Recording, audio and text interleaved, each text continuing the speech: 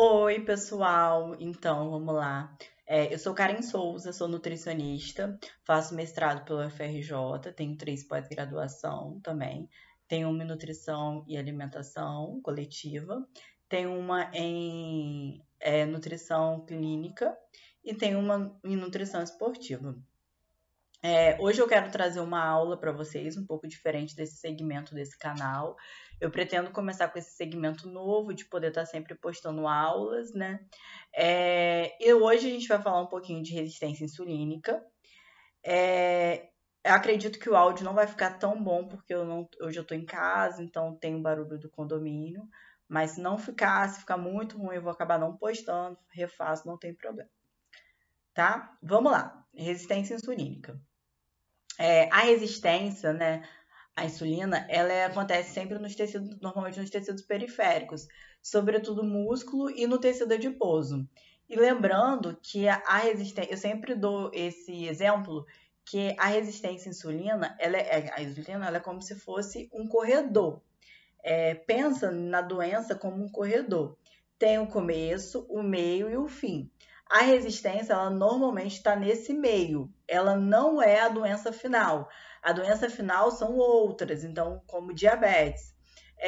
E o que acontece? Por que corredor? Porque se você para analisar um corredor, né, você consegue voltar. Então, a resistência à insulina é uma coisa que você consegue voltar a fazer o tratamento e assim, né, você não usar medicamentos, você mudando seus hábitos mesmo, dependendo do caso, consegue normalmente voltar para o estado normal, para homeostase, né?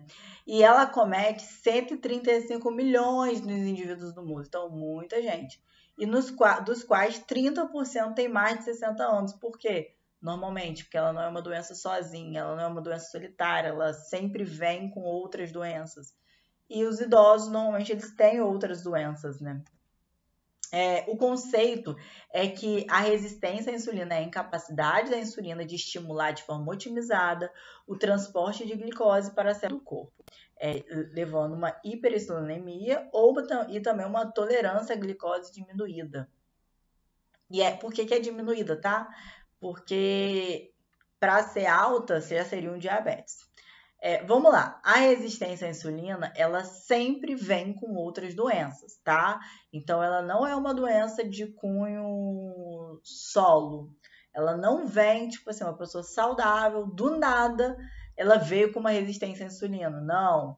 Normalmente, essa pessoa, ela é sedentária, ou ela é obesa, ou ela já tem os triglicerídeos alterados. Então, essa é uma doença que não vem sozinha.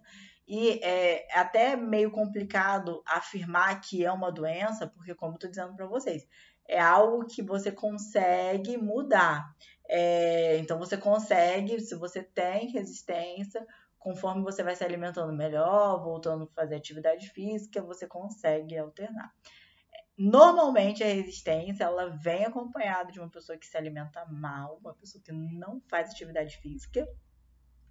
Então, e tem aquela quantidade bem alta de tecido adiposo no abdômen, tá? Então, aquela gordura visceral mesmo. O que é insulina, tá? E aonde que ela é feita? A insulina, muita gente entende errado. As pessoas acham que a insulina é o hormônio que vai carregar a glicose para dentro da célula. E não é isso. E as pessoas acham que é feito aleatoriamente. Não, calma, vamos lá. A produção da insulina, ela é feita nas células betas do pâncreas, então, e ela só é secretada no estado alimentado. Por quê? Porque ela não vai carregar a glicose, mas ela é o ponto de partida para todas as reações que vão acontecer para essa glicose ser absorvida, tá? Então, a insulina, ela é secretada sempre nos estados alimentados, porque precisa dela para a gente começar o processo dessa absorção. Primeiro ponto. A produção da insulina, ela é feita, gente, sempre pelas células do pâncreas. Então, não vem de outro lugar, tá? Primeiro ponto. E como e por que que essas insulinas elas são liberadas? Elas são liberadas, como eu falei com vocês, a partir do consumo do carboidrato. Esse carboidrato, eu botei uns exemplos aí, macarrão, pão, arroz, mas poderiam ser também batata inglesa, batata doce, qualquer carboidrato.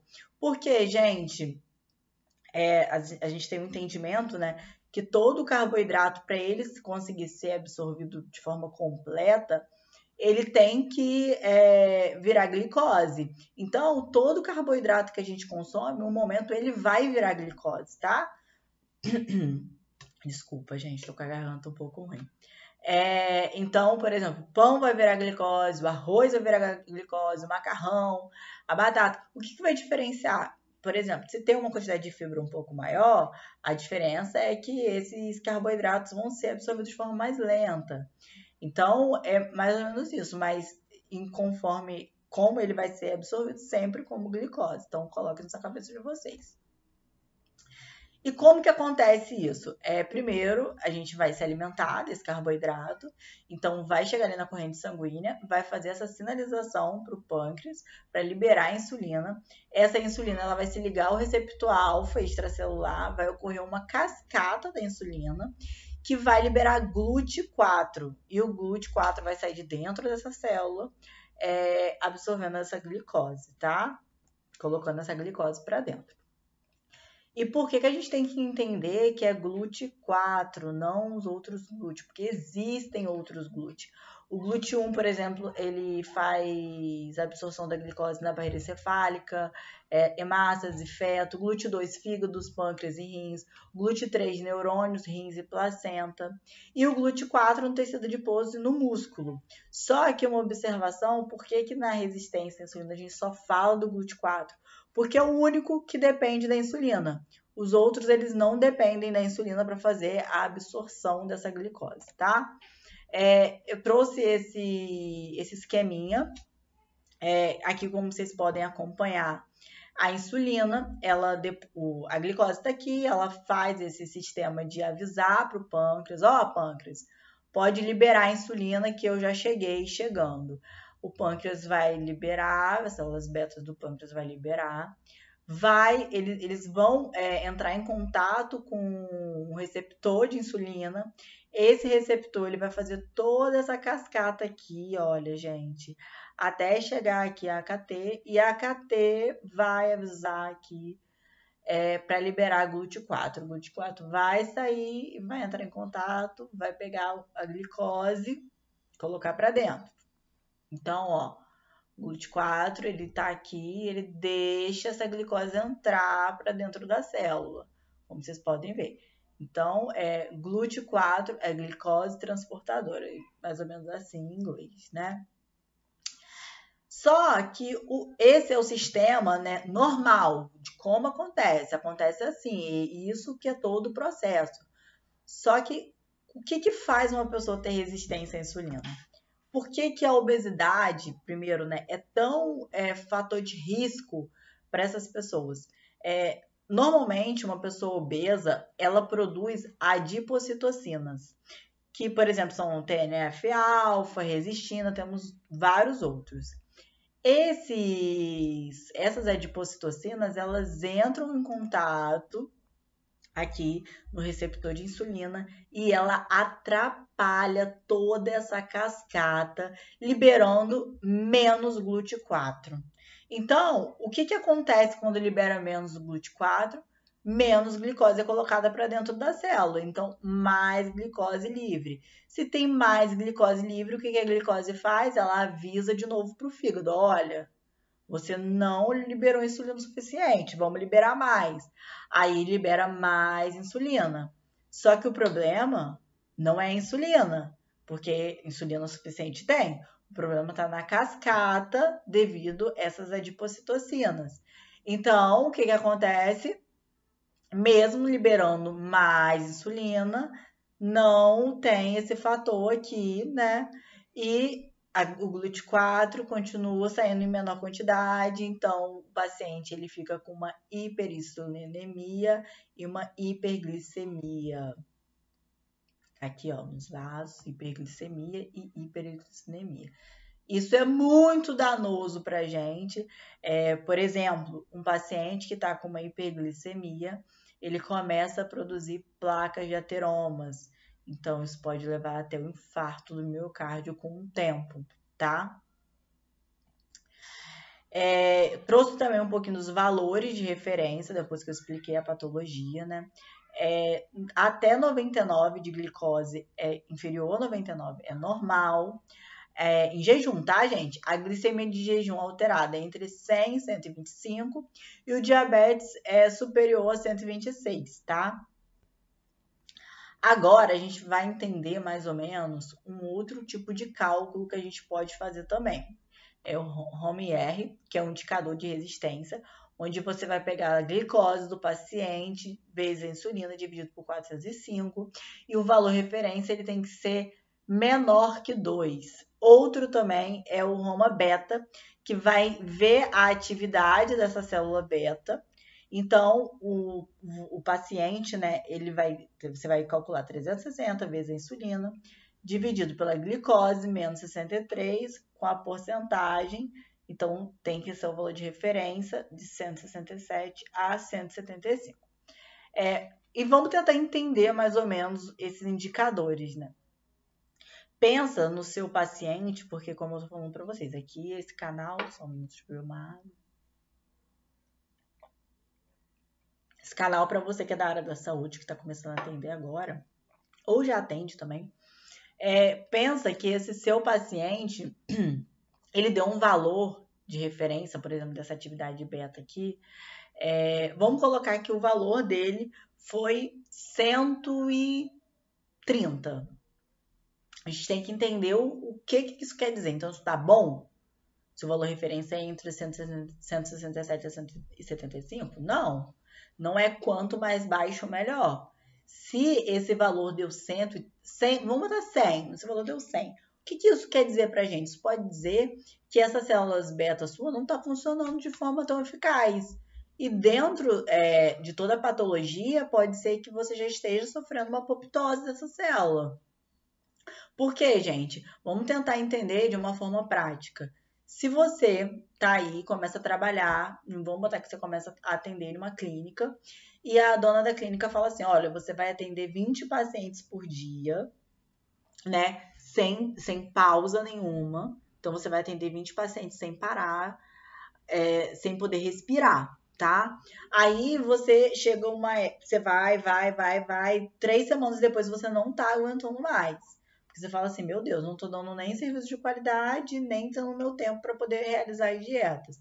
Ou realizar todos os procedimentos após essa consulta, se você não for nutricionista, né? Então, o que isso quer dizer? Isso quer dizer que, por exemplo, essas células beta, ela pode estar trabalhando muito para fazer essa homeostase. Então, a glicose está alta, sobe insulina, aí faz esse aviso para a insulina, desce a insulina, e ela começa a sofrer uma apoptose. Então, começa a ver o mau funcionamento dessa célula. Agora, se essa célula também der muito alta, o que isso também pode representar para a gente? Quer dizer que ela está tendo que trabalhar muito para manter esse nível de glicose normal ou até que seja alterado, né? Então, também tem que começar a pensar em formas de diminuir isso. Um outro exame que a gente pode pedir para o nosso paciente é a hemoglobina glicada. Gente, vamos tentar entender primeiro como que é essa hemoglobina glicada, né? A glicose está ali na sua corrente sanguínea, nós temos hemoglobina, essa hemoglobina leva oxigênio para todos os compartimentos do seu corpo, do seu organismo. Então, a glicose está ali, ela começa a glicar com essa hemoglobina. Então, ela começa a entrar em contato e ela faz essa união com essa hemoglobina. Se tem muita hemoglobina glicada, quer dizer que tem muita glicose presente. E por que é interessante a gente pedir o exame de hemoglobina glicada para o paciente, tá? Até para a gente confirmar se é um caso de diabetes mesmo. Porque você pensa que normalmente o seu paciente, você vai pedir ele para fazer ali um jejum. A gente pede um jejum de 8 horas, quando é só para avaliar essas coisas tipo glicose, insulina. Mas, se às vezes para avaliar outras coisas, 12 horas, né? Vamos botar que seu paciente ele sabe que ele estava errando muito. Ele fala assim, é para eu não tomar o esporro da médica, ou da nutricionista, ou do profissional que for, ele vai lá e fala assim, vou fazer um jejum mais longo. Então, o que ele faz? Ele faz um jejum muito longo. Esse jejum muito longo dele altera esses valores e pode dar glicose em jejum mais baixa.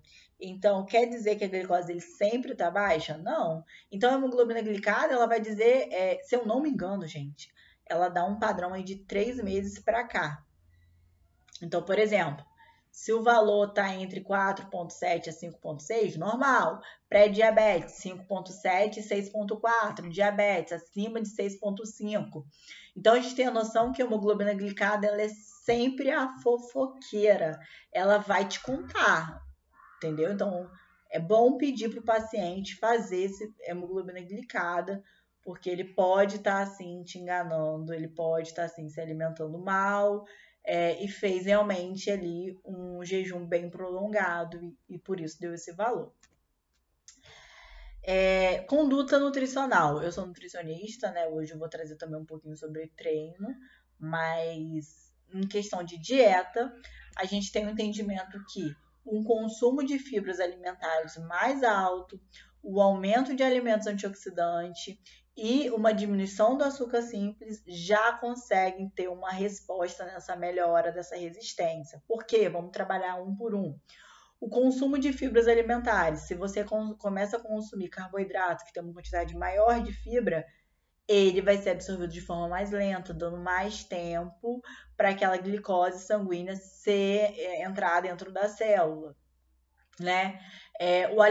O aumento de alimentos antioxidantes, anti-inflamatório também. Por quê? Porque, por exemplo, alimentos que uma pessoa que tem um tecido adiposo muito alto, excessivo, né? Ela tem uma grande produção de espécie reativa de oxigênio. Essas espécies reativas de oxigênio aumentam a produção de estresse oxidativo, geram estresse oxidativo, levando à produção de citocinas pró-inflamatórias e de adipocitocinas. Então, quando você começa a tentar balancear esse consumo de alimento antioxidante, você também consegue diminuir, né, esse estresse oxidativo ali naquele tecido. Diminuir o açúcar simples, como eu comentei com vocês, que é uma das principais causas, né? Então, gente, não há dieta que eu vou falar para vocês assim, tal dieta vai ser melhor. Não, não vai ser. Mas você, nem sempre, às vezes o paciente não vai conseguir fazer aquela dieta, porque eu sei que muita gente tem em mente assim, tá, então esse é um caso realmente de low carb. Alguns pacientes, eles se dariam melhor com a low carb, mas não que é necessário, não. Pode ser outra dieta também, com consumo mais baixo de carboidrato. E também ter muito cuidado com o consumo de gordura saturada, porque você pensa que esse paciente normalmente, ele, como eu falei lá no começo, ele não está sozinho, essa doença não está sozinha. Ela às vezes vem junto com outras coisas. E o exercício físico com a resistência à insulina, vamos falar sobre isso. O porquê que é tão necessário fazer exercício físico? O exercício físico, ele aumenta a vasodilatação, então, porque é necessário chegar mais substratos ao músculo, então, com isso, a sua artéria, ela aumenta, e com isso, por exemplo, se você tem uma vasodilatação um pouco maior, risco de aterosclerose é menor, né? Maior consumo de glicose também. Então, quando você faz uma atividade física, você gasta mais energia. Você faz o emagrecimento, então você diminui o tecido adiposo, e com essa diminuição do tecido adiposo, você consegue diminuir as adipocitocinas. E outra, você também consegue, fazendo exercício físico, né, além de diminuir essas adipocitocinas, você também consegue diminuir o estresse oxidativo, porque o seu corpo ele vai sempre aumentar o consumo dessas citocinas pró-inflamatórias com a adaptação do treino. É isso, a aula de hoje, um pouco curtinha, não vou falar semana que vem, né? Mas provavelmente a gente no próximo vídeo já será uma discussão de um artigo. Eu vou trazer um artigo falando sobre polifenóis e resistência à insulina. Eu trabalho com polifenol, então é interessante, porque tem melhora. Essas são minhas redes sociais, Karen Souza Nutri no Instagram, e esse é meu e-mail. Se você tiver alguma dúvida sobre qualquer parte do vídeo, algum esclarecimento, pode mandar um e-mail, ou também seguir lá no Instagram, tá bom, pessoal? Muito obrigada e até o próximo vídeo.